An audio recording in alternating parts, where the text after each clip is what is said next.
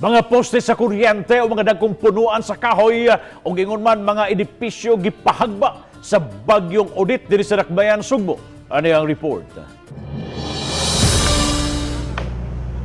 Sa bukana pa lang sa Barangay Busay, ang agianan padung og paggawa sa GMA Network Station dili na maagian tungod sa mga natumbang nga dagkong punuan sa kahoy ug anaosay konkretong poste sa kuryente nga nag-alis sa karsada.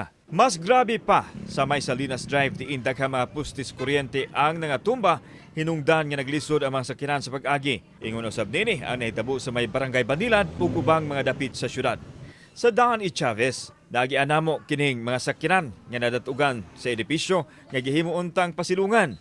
11 ka mga sakyanan ang nadanyos. Ang primero, katong kay Mito, nihagsa dito na area.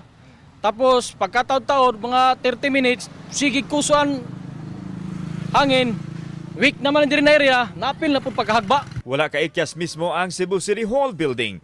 Diin nakaangkon usab og mga danyos. Sa atubangan sa building nangatumba ang mga kahoy ug labaw na sa sulod nga bahin. Diin nangaguba ang pultahan ug ang kisami, ilabi na sa may social hall. Ang mga dagkong punuan sa kahoy sa Plaza Independencia ug sa Fuente Osmeña nangaluka usab halos tanan. Ang bag-ong namuntar nga giant Christmas tree sa Fuente natumba usab huban gikuso-kuso sa bagyo.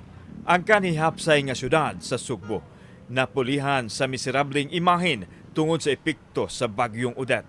Wala pa'y gipagawas ang Cebu City Government kung pila ang danyos may tungod sa bagyong Odette.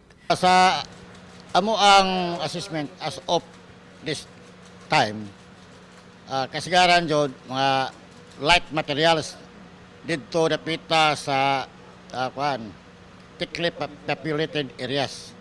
So like example sa coastal areas, halos dira sila ratsada.